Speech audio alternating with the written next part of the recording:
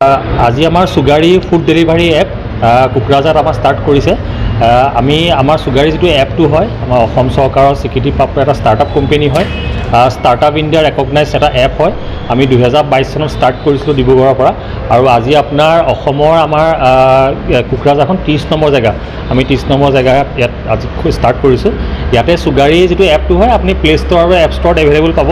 এপটো আপুনি ডাউনলোড কৰি OTP যোগেদি ভেৰিফাই কৰি ল'লে যিখিনি আপোনাৰ ৰেষ্টুৰেণ্টৰ ফুড ডেলিভাৰী, তাৰপৰা গ্ৰ'চাৰী, মাছ মাংস, ভেজিটেবল, ফ্ৰুইটছ ডেলিভাৰী, তাৰ medicine delivery, parcel delivery, commerce, gift সকলোবিলাক আছে এটা এপতে। এই গোটেইখিনি বস্তু আমি কোকৰাঝাৰ ৰাইজৰ কাৰণে আমি উপলব্ধ কৰিছোঁ। তেওঁলোকে ঘৰতে বহি পেলাই যিকোনো নিজৰ মন পচন্দৰ যিখিনি প্ৰডাক্ট বা বস্তু নিজৰ ৰেষ্টুৰেণ্টৰ পৰা ওচৰৰ ৰেষ্টুৰেণ্টৰ পৰা তেওঁলোকে অৰ্ডাৰ দিব পাৰিব, আৰু সেইখিনি আমি 30 বা 35 মিনিটৰ ভিতৰত আমি ডেলিভাৰী কৰিম তেওঁলোকৰ নিজৰ লোকেশ্যনত। আৰু বৰ্তমান সময়ত আমি কোকৰাঝাৰত আপোনাৰ 12 কিলোমিটাৰ ৰেডিয়াছ অন কৰিছোঁ। 12 কিলোমিটাৰ ৰেডিয়াছৰ সকলো জেগাতে সুগাৰী ফুড ডেলিভাৰী এপটো যিকোনো সময়তে অৰ্ডাৰ দিব পাৰিব।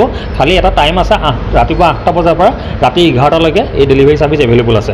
লগতে আজি লঞ্চিং হৈছে কাৰণে আমি 60% অফ অন এভৰি অৰ্ডাৰ, লগত আপোনাৰ ফ্ৰী ডেলিভাৰী আছে, আপোনাৰ আপ টু 175 অফ আছে। তাৰপিছত আপোনাৰ লয়েলিটি পইণ্টছ আছে, ৰেফাৰেল আৰ্ণ আছে, বহুত কিছুমান ফিচাৰ্ছ ফেচিলিটি আছে যিখিনি বেলেগ এপতকৈ অলপ বেলেগ হয়। আৰু যিহেতু এটা অসমৰে এপ হয়, গতিকে ইয়াত কোকৰাঝাৰবাসী ৰাইজে আঁকোৱালি ল'ব বুলি আশা ৰাখিলোঁ। গতিকে সেয়াই এইখিনি কৈ 60% অফটো থাকিব। আমি প্ৰথম অৱস্থাটোতো 3 মাহ ৰাখিম বুলি ভাবিছোঁ। তাৰপিছতে যদি আমি ৰাইজৰ যদি সেই হেৰিখিনি দেখোঁ যে তেতিয়াহ'লে আমি আকৌ এইটো এক্সটেণ্ড কৰি দিম, কিন্তু বৰ্তমান সময়ত 3 মাহৰ কাৰণে আমি ৰাখিম বুলি ভাবিছোঁ। এনে বিভিন্ন ধৰণৰ ডেলিভাৰী এপ আছে, তাতকৈ ইয়াত পাৰ্থক্যটো কি, সুবিধাৰ কি বেছি? হয়, আমাৰ ইয়াতে প্ৰথমতে বাকী যিবোৰ ডেলিভাৰী এপ আছে তাতে অকল ৰেষ্টুৰেণ্টৰ ফুড ডেলিভাৰী পায়, আৰু আমাৰ ইয়াতে প্ৰথমতে ৰেষ্টুৰেণ্টৰ ফুড ডেলিভাৰী উপৰিও আপোনাৰ মাছ মাংস, ভেজিটেবল, ফ্ৰুইটছ, গ্ৰ'চাৰী সেইখিনি পাব। মেডিচিন ডেলিভাৰী আছে, আপুনি প্ৰেছক্ৰিপশ্যন আপলোড কৰি দিলে আপুনি মেডিচিন ডেলিভাৰী কৰা যাব। পাৰ্চেল ডেলিভাৰী আছে, কমাৰ্চ ডেলিভাৰী আছে, সেইখিনি বস্তু অলপ পৃথক কৰি দিয়ে। লগতে আমাৰ ইয়াত যিটো প্ৰাইচ হয়, যিটো এটা লোকেল যিহেতু বস্তু হয়, গতিকে আমাৰ প্ৰাইজৰ কম্পেটিবিলিটি আছে, প্ৰাইচটো কম হয় বেলেগ এপতকৈ। একেখিনি বস্তু এতিয়া কোনোবাই যদি বিৰিয়ানী এটা যদি কোনোবা ৰেষ্টুৰেণ্টৰ পৰা অৰ্ডাৰ দিছে, তেওঁ বেলেগ এপত যিটো দামত পাব আমাৰ ইয়াত নিশ্চয়কৈ কমত পাব। গতিকে সেইটো কম পোৱা ৰিজন এটা তাত আহে, যিহেতু এটা লোকেল এপ হয় সেইখিনি হয়।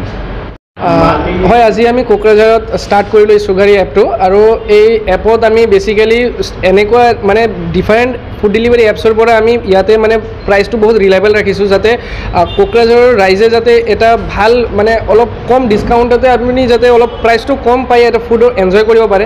আৰু ইয়াত ফুডৰ লগে লগে আমি ইয়াতে ইনষ্টামাৰ্টৰ অপশ্যনছো ৰাখিছোঁ, যেনেকৈ বাহিৰৰ চহৰবিলাকত যেনেকৈ এপছবিলাক ৰান হৈ আছে, আমি সুগাৰী, তাৰপিছত এই সুগাৰী এপখনদি আমি মানে ডেলিভাৰী কৰিম মেডিচিনছ, ইনষ্টামাৰ্ট, যদি আপোনাৰ চব্জিও লাগে আমি সেইটোও ডেলিভাৰী কৰি আহিমগৈ আপোনাৰ ঘৰৰ ওচৰত, ড'ৰ ষ্টেপ ডেলিভাৰী আপোনালোকে পাই যাব। আৰু ষ্টাৰ্টিঙত আমি ফুডৰ ক্ষেত্ৰত 60% অফ ৰাখিছোঁ। আমাৰ ৰেষ্টুৰেণ্টবিলাক বহুত অনবৰ্ড হৈ গ'ল, আৰু ৰেষ্টুৰেণ্টছ আমাৰ অনবৰ্ড হোৱা বাকী আছে। ধীৰে ধীৰে কোকৰাঝাৰৰ মেজৰ বেছিভাগ ৰেষ্টুৰেণ্টছে আমাৰ এপত আহি যাব। আৰু নেক্সট আমাৰ ইনষ্টামাৰ্টৰ যিটো কথা যদি ক'বলৈ যাওঁ, তেনেহ'লে ইনষ্টামাৰ্টত আপোনালোকে সকলোখিনিয়ে বস্তু পাই যাব, যিবিলাক আমাৰ দৈনন্দিন জীৱনত যিবিলাক লাগে, গ্ৰ'চাৰিজবিলাক, এইবিলাক সকলোখিনি আপুনি আমাৰ এপত অৰ্ডাৰ কৰিব পাৰিব, ঘৰতে বহি কিনে পাব। 30 to 35 মিনিটছ লাগে অৰ্ডাৰ আমি ডেলিভাৰ কৰি দিওঁ।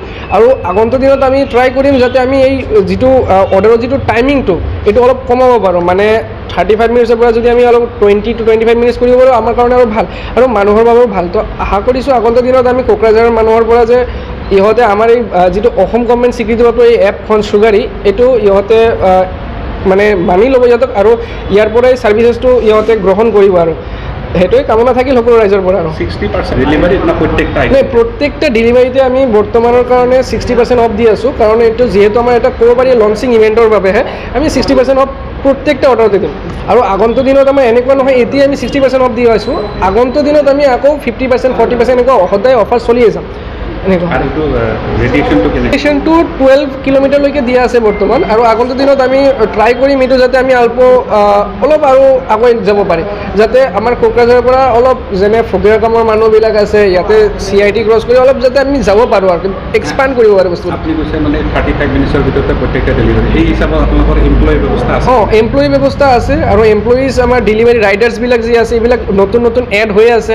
আৰু লঞ্চ এতিয়া আমি কৰিলোঁ, এতিয়া লঞ্চিং টাইমতে আমাৰ মানে আমাৰ লগত যথেষ্ট এমপ্লয়ী আছে যি নেকি আমাক ভাল ছাৰ্ভিচ টাইমতে আমাক ডেলিভাৰী দিব পাৰিব।